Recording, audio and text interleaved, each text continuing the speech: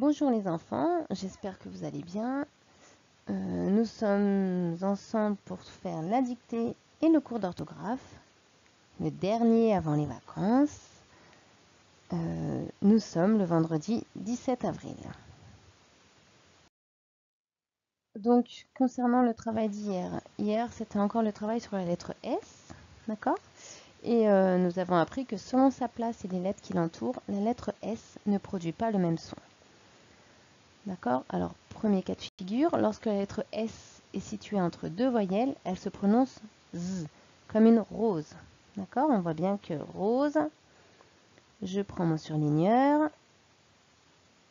Nous voyons bien que dans rose, juste avant et juste après, d'accord, il y a une voyelle.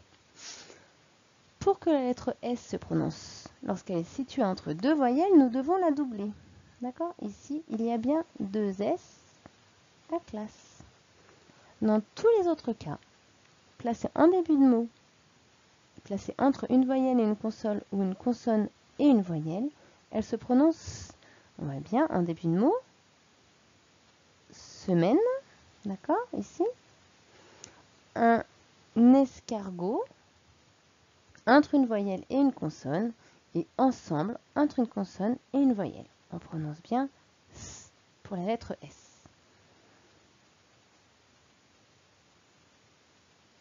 Voilà. Maintenant, je vous demande de préparer pour la dictée. Prenez votre cahier, votre stylo, écrivez dictée et nous allons commencer.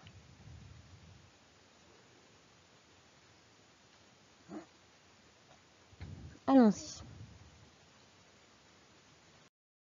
Bon, nous commençons la dictée. Bon, la dictée est un peu différente de ce que nous faisons habituellement, mais il nous arrive de faire ce genre de dictée où il faut juste rajouter des lettres qui correspondent à des sons. D'accord? Donc ici, je complète par S ou 2 S. Ce que je veux que vous fassiez, les enfants, c'est que vous écriviez les phrases en ajoutant les lettres qui manquent. Par contre, rappelez-vous, par rapport à ce que nous avons retenu, il faut bien réfléchir à ce qu'il y a avant la lettre et après la lettre. D'accord? Je vous laisse quelques minutes pour faire l'exercice.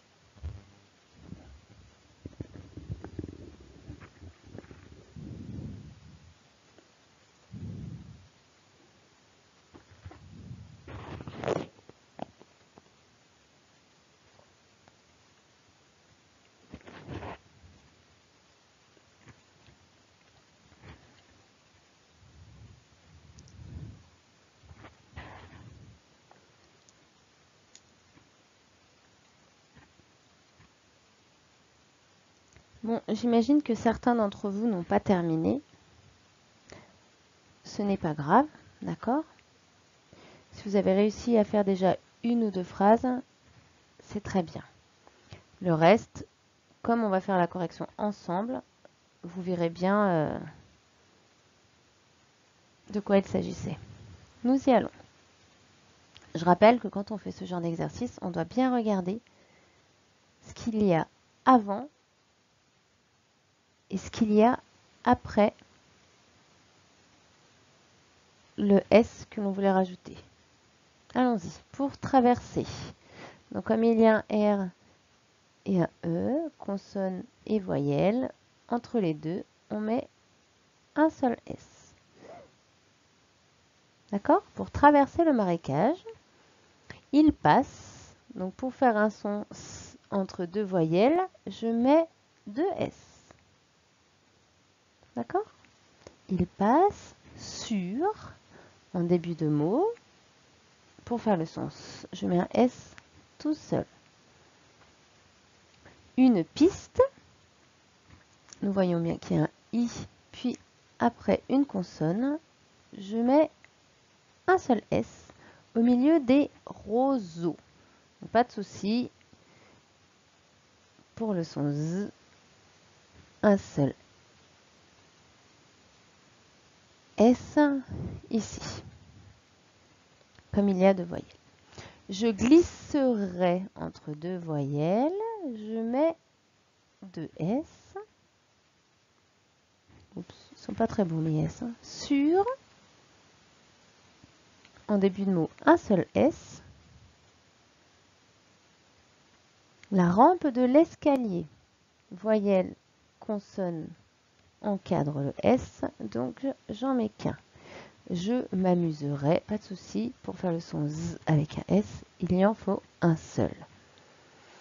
Bien, je pose, voilà, un seul S, les chaises, un seul S, autour de la table, basse. Donc, entre deux voyelles, pour faire le son S, je dois mettre deux S. D'accord?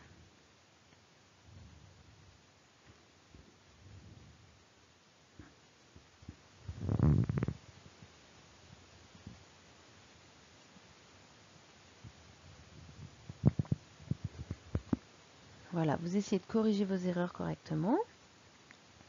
Comme d'habitude, je mettrai la correction de la dictée dans le document que j'envoie aux parents avec tout le programme du jour. D'accord? Donc ne vous inquiétez pas si vous n'avez pas le temps de tout corriger.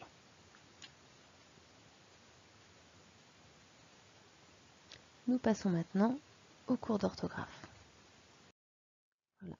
Donc aujourd'hui, en orthographe, ça va être un cours assez particulier parce que je voulais faire un bilan de ce que nous avons appris sur le futur et terminer en effet le futur des verbes en ER, parce que là nous avons vu toutes les personnes, et finir alors le futur des verbes être et avoir, que l'on appelle des auxiliaires.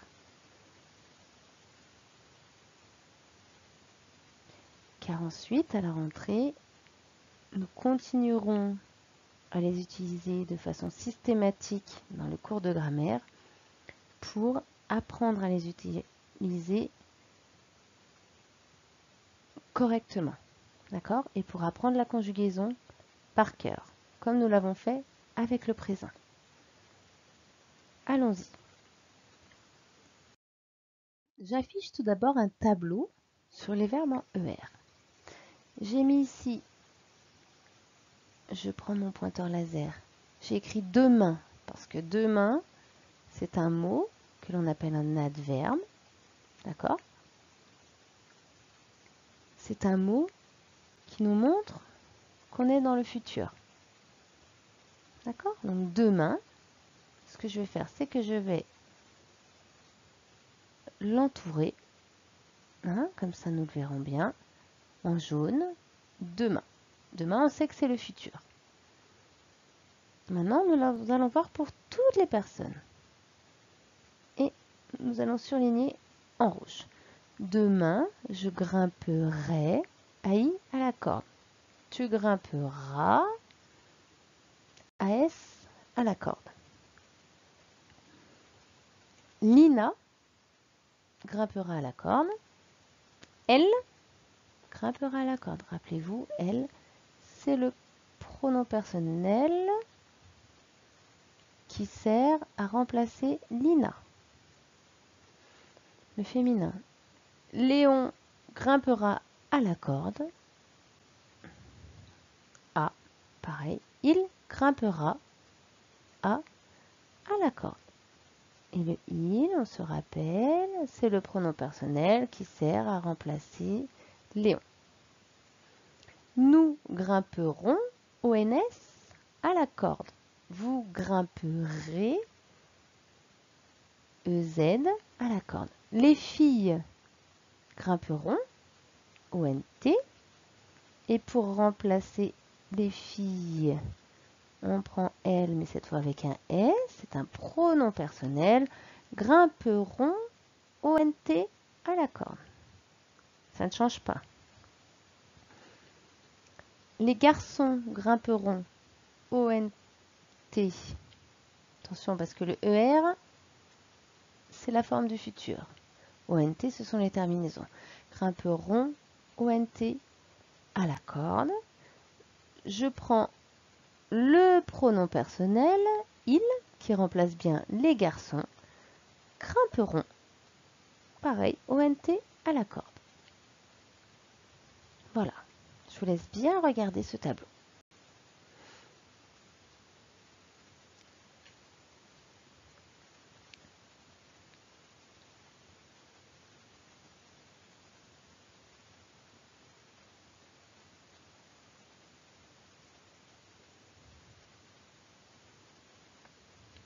Je le rappelle, si vous ne connaissez pas encore par cœur le futur, ce n'est pas grave. D'accord? L'important, c'est que maintenant vous arriviez à le reconnaître, à vous dire, ah bah ça, c'est un verbe qui est conjugué au futur. Et nous y retravaillerons après les vacances. Cela fait partie de notre programme de grammaire également.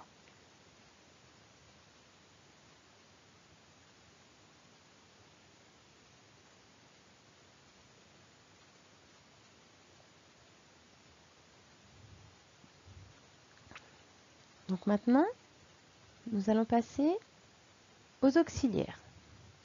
D'accord? L'auxiliaire être et l'auxiliaire avoir. Pour lesquels on retrouve. Nous passons maintenant au tableau sur les auxiliaires. L'auxiliaire être et l'auxiliaire avoir. Hein? Nous reconnaissons les mêmes terminaisons que pour les verbes en ER. D'accord? Et nous allons les souligner. D'accord? Je serai sage. Tu seras sage. Bon, j'ai oublié d'écrire le mot, mais il devrait être là. Nino sera sage. Ici, il qui sert à remplacer Nino, d'accord, pronom personnel, sera sage. Yusra sera sage. Elle qui sert à remplacer Yusra sera sage. D'accord? Voilà pour le singulier. Pour le pluriel, nous serons sages. D'accord? Vous serez sages. Les garçons seront sages. Regardez bien l'orthographe des mots. Ils seront sages. Alors le il, je rappelle encore, pronom personnel qui sert à remplacer les garçons. Les filles seront sages. Elles seront sages.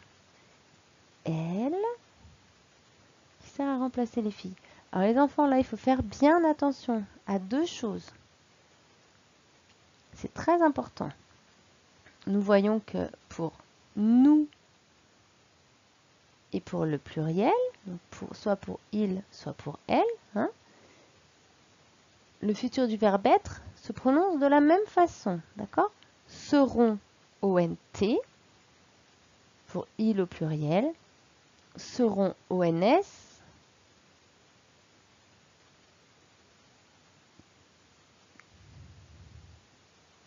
pour nous, d'accord?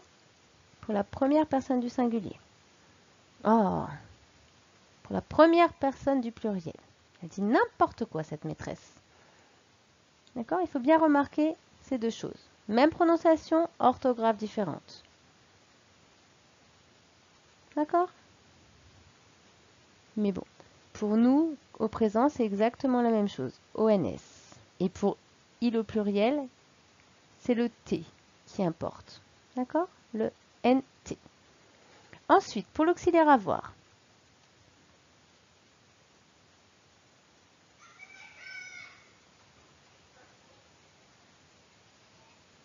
On y va. Alors, tout d'abord, j'aurai. Tu auras. Nino aura a. Il aura, donc il, pronom personnel qui sert à remplacer Nino, aura a. Yusra aura un chat. Elle, pronom personnel qui sert à remplacer Yusra, aura, c'est la même chose, d'accord? Nous passons maintenant au pluriel. Pour le pluriel, nous aurons ONS, vous aurez EZ, les garçons auront ONT, ils, au pluriel, avec un S qui sert à remplacer les garçons, pronom personnel, d'accord, auront ONT. Les filles auront ONT, pareil. Et le L qui sert à remplacer les filles auront ONT, un chat. On remarque la même chose que tout à l'heure. D'accord? Pour nous, première personne du pluriel, et pour il et elle au pluriel, même prononciation, mais orthographe différente. Pour nous, ONS, pour il et elle, ONT. D'accord? Il faut bien s'imprégner ça. Pour nous, ONS, pour il, ONT.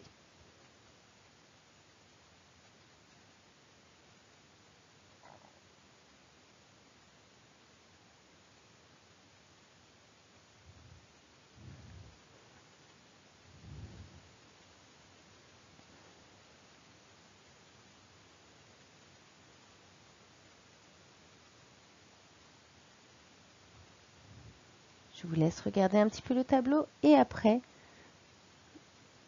nous ferons un exercice pour s'entraîner sur les auxiliaires.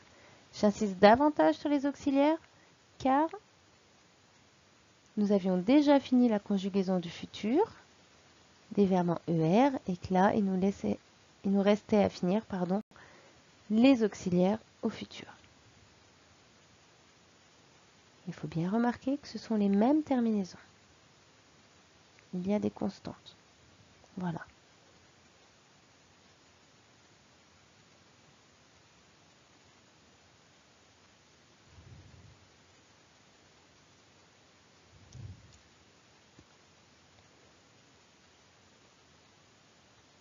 Allez, nous passons à l'exercice.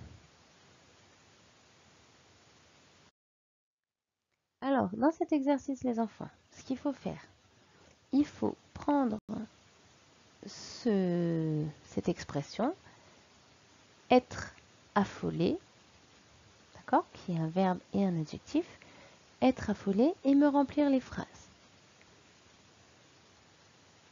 Au futur, on fait le premier ensemble. Demain, les enfants, je prends mon stylet pour pouvoir écrire. Demain, les enfants, mon stylet, écrire en jaune, ça va être difficile.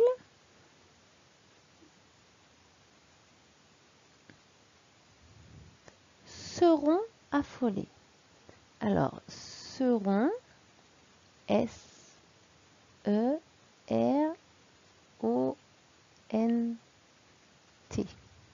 D'accord? Seront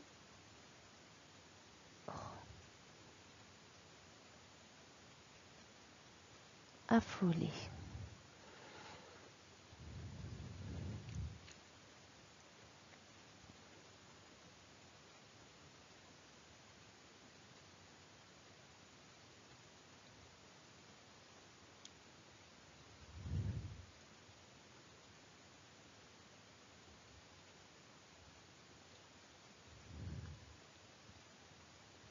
Alors, et pour nous, est-ce que vous vous rappelez ce que ça donne pour nous? Nous serons, attention, qu'est-ce que j'ai dit pour nous? Même prononciation que pour il, mais par contre, à la fin, on met un S. D'accord? C'est très important. Pour nous, on met un S. Pour il au pluriel, ici les enfants, on met un T. D'accord? Après, avoir envie. Les ânes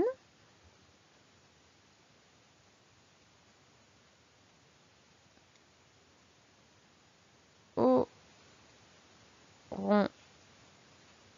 ONT, d'accord, toujours pareil, envie d'un peu de repos. ONT, parce qu'il s'agit de la dernière personne du pluriel. Après la deuxième phrase, nous aurons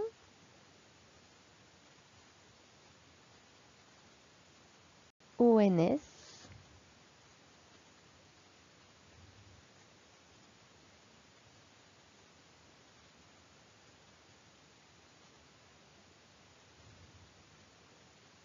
d'accord, première personne du pluriel, envie de sortir.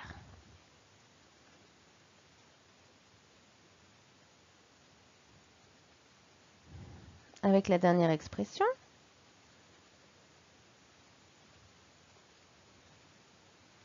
être derrière la barrière. Les chevaux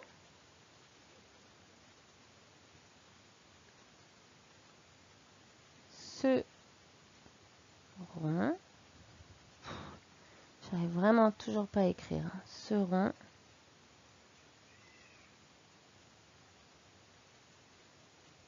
derrière la barrière. Je rappelle, c'est comme ils seront. Donc il y a un T. Nous serons derrière la barrière. S-E-R-O-N-S.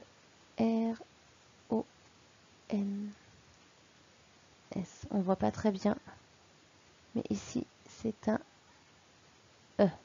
D'accord? Nous serons derrière la barrière. Un S parce que c'est avec nous. Ok? Bon, je sais que c'était très dense aujourd'hui les enfants, mais vous inquiétez pas, nous retravaillerons ça après les vacances. Il n'y a pas de souci. Franchement, ne vous inquiétez pas.